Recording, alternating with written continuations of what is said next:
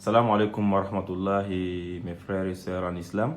Aujourd'hui, nous sommes avec notre frère Cheikh Ali Traoré qui va nous parler un peu sur les deux rakats al-Fajr. Salam alaikum, Cheikh Ali. Wa alaykum salam wa rahmatullahi wa barakatuh. Ok, aujourd'hui, nous voulons que tu nous parles un peu qu'est-ce qui veut dire les deux rakats al-Fajr. Alhamdulillah Rabbil Alamin, nous remercions d'abord Allah subhanahu wa ta'ala et nous prions sur le prophète Mohammed sallallahu alayhi wa sallam. Donc, comme le frère Abdallah a mentionné, nous avons reçu beaucoup de questions de nos frères et sœurs concernant les deux rakats avant la prière de Fajr. On va dire les deux rakats de Sunnah avant la prière de Fajr. Alors, ces deux rakats-là, il faut mettre la différence, mes frères et sœurs, en islam. Parce que quand on attend les deux rakats de la prière de Fajr, il y a d'autres personnes qui vont penser que peut-être c'est la prière de Fajr. Et il y a même d'autres personnes aussi qui pensent que non, Fajr c'est 4 rakats. Non. C'est deux choses différentes.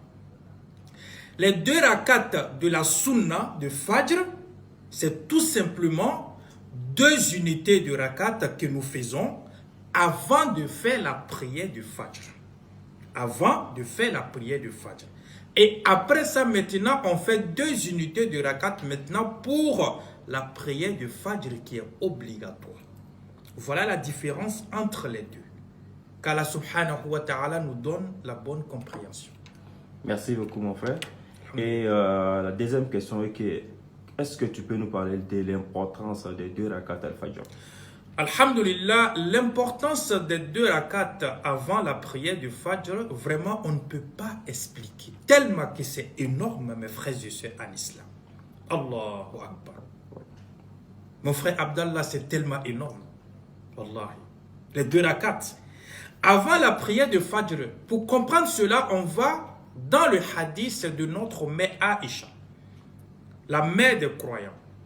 Aïcha nous mentionne dans sa parole que le prophète Mohammed a dit Raka'at al-Fajr khayrun min ad-dunya wa ma fiha.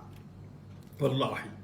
Il dit les deux rakats de la prière avant de faire Fajr, les deux rakats que nous faisons, ces deux rakats-là sont plus mieux que ce bas monde et tout ce qui se trouve dans ce bas monde.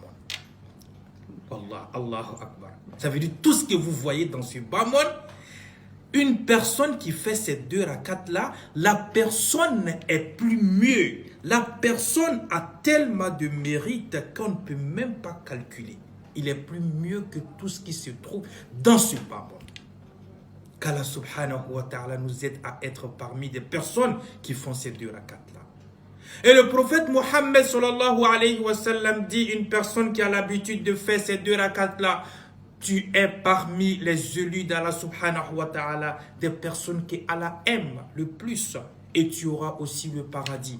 Qu'est-ce que nous cherchons si ce n'est pas le paradis? Qu'Allah nous permette d'être parmi des personnes qui font cela, Inch'Allah. Inch'Allah, amin. Et la dernière question est que à quel moment on doit faire les deux rakats de Fajr? Est-ce que les deux rakats sont obligatoires ou bien c'est surrogatoire? Alhamdulillah, pour cette question, je m'attendais à ça parce que c'est vraiment la partie qui est importante. Nous devons comprendre, mes frères et sœurs, que les deux rakats avant la prière de Fajr ne sont pas obligatoires. C'est vraiment un sunnah. Mais un sunnah mu'akkada. Qu'est-ce qui veut dire un sunnah mu'akkada? Un sunnah mu'akkada, c'est tout simplement un sunnah que le prophète Mohammed sallallahu alayhi wa sallam n'a jamais laissé toute sa vie. Ça veut dire le prophète Mohammed n'a jamais laissé les deux rakats avant la prière de Fajr une seule fois dans sa vie.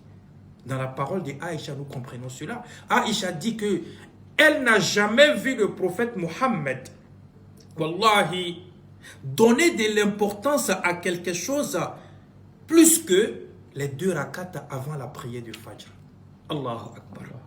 Donc ce qui veut dire que ce n'est pas obligatoire, mais c'est quand même un sunnah qui est vraiment recommandé. Un sunnah qui est recommandé, mes frères et sœurs, en islam. Et nous ne devons pas négliger cela aussi. qu'Allah subhanahu wa ta'ala nous facilite. Et on fait cette prière-là avant la prière du Fajr. Le prophète Mohammed, quand il entendait l'azan de Bilal de la prière du Fajr, il se levait directement pour faire les 2 rakats. Donc ce qui veut dire, au moment où nous entendons l'azan dont nous pouvons faire la prière, les 2 rakats là avant Fajr. Ça veut dire que ça te fait avant Fajr. Mais il y a des exceptions aussi souvent. Peut-être que ça peut trouver que tu dors. Ou bien peut-être que ça peut trouver que tu étais sorti, tu n'as pas pu rentrer à temps pour faire Fajr. Donc, quand tu rentres ou bien quand tu te réveilles, tu fais d'abord la prière de Fajr pour ne pas que l'heure de Fajr dépasse. Tu fais d'abord la prière de Fajr avant de faire les 2 rakats. Soit tu peux faire les 2 rakats s'il y a toujours un peu de temps pour la prière de Fajr, tu fais les 2 rakats avant Fajr. Mais quand même, tu peux faire après comme avant. Il n'y a pas de souci au niveau de ça. Qu'Allah nous donne la bonne compréhension. Merci beaucoup, Cheikh. La dernière, est-ce que tu peux nous parler maintenant des conseils pour les 2 rakats al-Fajr? Alhamdulillah, les conseils que nous pouvons donner à nos frères et sœurs. D'abord, vous avez compris dans cette parole qu'une personne qui fait la prière, ces 2 rakats-là, que tu es aimé par Allah subhanahu wa ta'ala. Est-ce que parmi vous, il n'y a pas des personnes qui veulent être aimées par Allah subhanahu wa ta'ala? L'amour de Dieu, si ça t'anime, c'est comme si tu as tout dans la vie. C'est comme si tu as tout dans ta tombe. C'est comme si tu as tout dans l'au-delà. Nous devons faire vraiment très attention à ce côté, à ne pas négliger cette prière. Je vois des personnes qui négligent cette prière, ou bien même qui ne le font pas. Si tu n'avais pas l'habitude de le faire, si tu écoutes cette vidéo, non seulement partage avec tes amis, parce que ça peut aider beaucoup de personnes. Et toi aussi, tu dois t'y mettre aussi, pour que tu sois parmi les meilleurs, pour que tu sois parmi les plus meilleurs le jour de la résurrection devant Allah subhanahu wa ta'ala, et pour que tu rentres dans le paradis plus facilement. Qu'Allah nous aide, Inch'Allah, qu'Allah nous facilite la tâche. Et si vous avez des questions, vous pouvez poser un commentaire, Inch'Allah. Wassalamu alaikum wa rahmatullah. Wa alaikum salam. Merci.